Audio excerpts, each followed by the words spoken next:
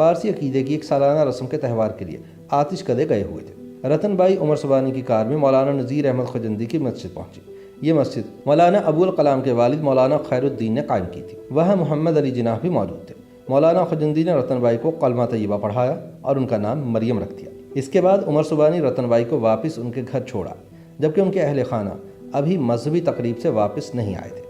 چنانچہ کسی کو بھی ان کی چند گھنٹوں کے لیے گھر سے غیر موجودگی کا پتہ نہ چل سکا۔ ڈاکٹر سعد خان لکھتے ہیں کہ جب یہ خبر خواجہ اسنا عشری جماعت بمبئی کے سربراہ خان بہادر سیٹھ بجو علی تک پہنچی تو انہوں نے رجب علی ابراہیم کے توسط سے محمد علی جناح کو فوری پیغام بھجوایا کہ وہ اپنے گزشتہ فیصلے پر نظر ثانی کرتے ہوئے انہیں اور رتن بائی کو خواجہ اسنا عشری جماعت میں شامل کرنے کے لیے تیار ہے۔ چنانچہ اگلی صبح محمد علی جناح اور رتن بائی خواجہ اسنی عشری برادری میں شامل ہو گئے۔ 19 اپریل سن 1918 کو یعنی 7 رجب سن 1339 ہجری اور جمعہ کا دن تھا، اور مقام ماؤنٹ پلیزنٹ روڈ پر واقع قائد اعظم محمد علی جناح کا بنگلہ ساؤتھ کورٹ تھا، جہاں رتن بائی اور قائد اعظم محمد علی جناح رشتہ ازدواج میں منسلک ہو گئے۔ یہ نکاح مولانا حسن نجفی نے اسنا عشری عقائد کے مطابق پڑھایا۔ اس نکاح میں رتن بائی کے وکیل شریعت مدار عقائد حاجی شیخ ابو القاسم نجفی اور قائد اعظم محمد علی جناح کے وکیل جناب محمد علی خان راجہ صاحب محمود آباد بنے، جبکہ محترم غلام علی، شریف بھائی دیوجی اور عمر سبانی نے بطور گواہان نکاح نامے پر دستخط کیے۔ ایک دوسری روایت کے مطابق یہ نکاح بمبئی کے مجتہد شیخ مولانا حسن نجفی صاحب نے پرنس اسٹریٹ پر واقع اپنے مکان میں پڑھایا تھا، اور قائد اعظم محمد علی جناح کے رشتے کے بھائی رجب علی بھائی ابراہیم باٹلی والا نے نہ صرف اس نکاح میں بطور گواہ شرکت کی تھی، بلکہ انہوں نے ہی اس نکاح کی رجسٹریشن پالا گلی مسجد میں بھی کروائی تھی۔ پالا گلی مسجد کے نکاح رجسٹر میں اس نکاح کا اندراج اس طرح ملتا ہے۔ اس نکاح کے مطابق مہر کی رقم مبلغ 1000 روپے مقرر ہوئی تھی، جبکہ محمد علی جناح نے اپنی دلہن کو 1.25 لاکھ روپے بطور تحفہ پیش کیے تھے۔ اب وہ یادگار لمحہ آیا جب دلہا نے دلہن کو انگوٹھی پہنانی تھی۔ انکشاف ہوا کہ دولہا صاحب اپنی بے پناہ مصروفیات میں انگوٹھی خریدنا بھول گئے ہیں۔ ایسے میں راجہ صاحب محمود آباد محمد علی جناح کی مدد کو آئے اور انہوں نے اپنی ہیرے کی انگوٹھی جناح صاحب کو دی کہ وہ اسے اپنی دلہن کو پہنا سکے۔ نکاح نامے پر محمد علی جناح کا مسلک خواجہ اسنا عشری تحریر کیا گیا۔ یہ الگ بات ہے کہ جناح کے انتقال کے بعد جب ان کی جائیداد کی تقسیم کا جھگڑا شروع ہوا تو عدالت یہ فیصلہ نہیں کر سکی کہ جناح کا مسلک کیا تھا۔ محمد علی جناح کے انتقال کے بعد ان کی جائیداد محترمہ فاطمہ جناح کو مل گئی، مگر جب فاطمہ جناح کے انتقال کے بعد شیریں جناح پاکستان آئیں اور انہوں نے شیعہ اسنا عشری مسلک اختیار کیا تو محمد علی جناح کے کچھ رشتہ داروں نے ایک مرتبہ پھر جناح کی جائیداد کے حصول کے لیے عدالت سے رجوع کیا۔ معروف دانشور خالد احمد کی کتاب قائد اعظم کے خاندانی تنازعات کے مطابق قائد اعظم محمد علی جناح رحمۃ اللہ علیہ کے مسلک کا یہ معاملہ ابھی تک فیصلہ طلب ہے۔ شیلا ریڈی کے مطابق محمد علی جناح نے 19 اپریل کی تاریخ بہت سوچ سمجھ کر منتخب کی تھی۔ یہ جمعہ کا دن تھا اور اس کے بعد 2 دن تک عدالتیں بند رہنی تھیں۔ نکاح کے اگلے ہی دن محمد علی جناح رتن بائی کے ساتھ ہنی مون منانے لکھنؤ پہنچ گئے، جہاں انہوں نے ایک دن راجہ صاحب محمود آباد کے محل نما گھر میں قیام کیا۔ مہاراجہ سر محمد علی محمد خان کے صاحبزادے راجہ محمد امیر احمد خان یہ واقعہ اکثر سناتے تھے کہ جناح صاحب شادی کے بعد اپنی بیگم کے ساتھ لکھنؤ تشریف لائے تو اس وقت میں بہت چھوٹی عمر کا تھا۔ میرے والد ماجد جناح صاحب کے دوست تھے۔ جناح صاحب نے اپنی بیگم کے ساتھ لکھنؤ میں ہمارے ہاں کچھ دنوں تک قیام کیا اور پھر نینی تال چلے گئے۔ مجھے اب تک یاد ہے کہ محترمہ رتی جناح نے مجھے پیار سے اٹھا کر اپنی گود میں بٹھا لیا تو میں ان کا چہرہ تکتا رہ گیا، میری نظر ان کے چہرے سے ہٹتی نہ تھی۔ مجھے یوں محسوس ہوا کہ رات کو جو پریوں کی کہانی سنتا ہوں انہی پریوں میں سے یہ کوئی پری ہے جو آسمان سے اتر آئی ہے۔ راجہ امیر احمد خان کو بھی یہ یاد تھا کہ اس موقع پر انہیں بیگم رتن بائی جناح نے رواج کے مطابق اپنے بٹوے میں سے 100 روپے نکال کر دیے تھے۔ شیلا ریڈی نے اپنی کتاب مسٹر اینڈ مسز جناح میں لکھا ہے کہ ناشتے پر سر ڈنشا پیٹٹ نے اپنا پسندیدہ اخبار کھولا، بمبئی کرونیکل اور صفحہ 8 کے ایک کالم پر نظر ڈالی اور میز پر ڈھیر ہو گئے۔ کھانا ادھورا رہ گیا، شاید پہلی مرتبہ پیٹٹ ہال کی خوش خوراک تاریخ میں ایسا ہوا۔ یہ 20 اپریل سن 1918 ہفتے کا روز تھا۔ شیلا ریڈی نے لکھا کہ بمبئی کرونیکل کے صفحہ 8 پر 2 کالموں کے درمیان چند خبریں تھیں، جن میں آفیشیل اینڈ پرسنل کی شائع سرخی کے تحت ایک جملہ تھا جو اگلے کئی ہفتوں اور مہینوں تک ہندوستان کے ڈرائنگ رومز اور کلبوں میں ہونے والی بحثوں میں چھا جانے والا تھا۔ اس میں لکھا تھا، معزز محمد علی جناح کی شادی مسز رتی پیٹٹ دختر معزز سر ڈنشا پیٹٹ اور لیڈی پیٹٹ سے گزشتہ شام انجام پائی۔ شیلا ریڈی نے مزید لکھا کہ جس چیز کو کوئی نہیں سمجھ سکا وہ یہ تھی کہ کس طرح سے رتی 2 دن لگاتار گھر سے غائب رہیں۔ پہلے 18 اپریل کو محمد علی جناح کے ہمراہ جامع مسجد میں جا کر مذہب تبدیل کرنے کے لیے اور پھر اگلی شام 19 اپریل کو اپنے والدین کی چوکس نظروں سے بچ کر پیدل ماؤنٹ پلیزنٹ روڈ پر محمد علی جناح کے بنگلے تک گئی، جہاں محمد علی جناح ایک مولانا اور درجن بھر گواہوں کے ساتھ ان کا انتظار کر رہے تھے۔ پھر رات بھر کے لیے غائب ہو گئی اور ان کے اپنی خوابگاہ میں نہ ہونے کا کسی کو علم نہ ہوا۔ اور پھر والدین صبح اخبار کی خبر سے ان کی شادی کے بارے میں واقف ہوئے۔ اگلے 2-3 دن Times of India, Statesman, Pioneer, Civil and Military Gazette میں یہ خبر شائع ہوئی۔ 24 اپریل سن 1918 کو لاہور کے مشہور پیسہ اخبار میں بھی یہ خبر بطور اداریہ شائع ہوئی، جس کا عنوان تھا ایک پارسی بیرونیٹ کی لڑکی کا قبول اسلام۔ محمد علی جناح کی شادی کی خبر جنگل کی آگ کی طرح پورے ہندوستان میں پھیل گئی، خصوصاً بامبے پریزیڈنسی میں جہاں پارسیوں کی اکثریت آباد تھی، وہاں اس خبر پر تبصرے عام تھے۔ سر ڈنچا پیٹرٹ اس واقعے کے بعد تقریباً خانہ نشین ہو گئے اور کسی سے اس موضوع پر گفتگو کے روادار نہ تھے۔ وہ شدید طیش اور غصے میں تھے۔ انہوں نے اپنی اس شکست پر دوبارہ عدالت سے رجوع کرنے کا فیصلہ کیا۔ انہوں نے الزام لگایا کہ محمد علی جناح نے ان کی بیٹی کو اغوا کیا ہے تاکہ ان کی دولت حاصل کر سکے۔ محمد علی جناح کے لیے یہ بات بہت زیادہ اشتعال کا باعث تھی۔ انہوں نے ہمیشہ اس بات پر فخر کیا تھا کہ وہ اپنے بلبوتے پر لکھ پتی بنے تھے، اور اب انہیں اس الزام کا سامنا تھا کہ وہ دولت بٹورنے والا ایک عام سا شخص ہے۔ رتی کے احساسات محمد علی جناح سے بھی زیادہ خراب تھے۔ عدالت میں جب جج نے محمد علی جناح سے پوچھا کہ کیا انہوں نے رتی پیٹرٹ کو ان کے باپ کے گھر سے اغوا کیا ہے، تو اس سے پہلے کہ محمد علی جناح کوئی جواب دیتے، رتی اپنے شوہر کے دفاع میں کھڑی ہو گئی اور بولی، جناب والا، مسٹر جناح نے مجھے اغوا نہیں کیا، اصل میں نے انہیں اغوا کیا ہے۔ جناح بھی رتی کی بے خوفی سے حیران رہ گئے اور ان کے چہرے پر وہ نایاب مسکراہٹ چھا گئی جسے رتی دنیا کی ہر چیز سے زیادہ عزیز رکھتی تھی۔ سر ڈنچا اپنی بیٹی کے الفاظ اور اس کے چہرے کے تاثرات کو کبھی نہیں بھلا سکے۔ سارا معاملہ ختم ہو چکا تھا اور اب رتی کو صرف ان کاغذات پر دستخط کرنا باقی رہ گیا تھا جس میں انہیں اپنی وراثت سے دستبردار ہونا تھا۔ 20 فروری سن 1929 کو رتن بائی کا انتقال ہو گیا۔ حسن علی ایم جعفر نے اپنی کتاب دی انڈینجرڈ اسپیشیز میں لکھا ہے کہ رتن بائی کے انتقال پر بامبے کے خواجہ شیعہ اسناشری جماعت نے انہیں جماعت کے قبرستان آرام باغ میں دفن ہونے کی اجازت دینے سے انکار کر دیا۔ جماعت کا موقف یہ تھا کہ اس قبرستان میں کوئی غیر خواجہ دفن نہیں ہو سکتا۔ محمد علی جناح نے جماعت کے اس موقف کو چیلنج کیا اور کہا کہ اگر انہوں نے اپنے فیصلے کو تبدیل نہیں کیا تو وہ عدالت سے رجوع کریں گے۔ محمد علی جناح کے اس موقف پر جماعت کے صدر حسین بھائی لال جی نے رتن بائی کو آرام باغ قبرستان میں دفن ہونے کی اجازت دے دی، جہاں وہ آج بھی آزمودہ خاک ہے۔ YouTube پر گوگلی نیوز دیکھنے کے لیے youtube.com کی سرچ بار میں googly news T V type کریں۔ گوگلی نیوز کے پیج پر سرخ رنگ کے سبسکرپشن والے بٹن پر کلک کرنا نہ بھولیے۔ YouTube پیج پر اپلوڈ ہونے والی ویڈیوز سے باخبر رہنے کے لیے بیل آئیکن پر کلک کیجیے۔ آپ کو ہر نئی ویڈیو کے بارے میں نوٹیفیکیشن موصول ہو جائے گا۔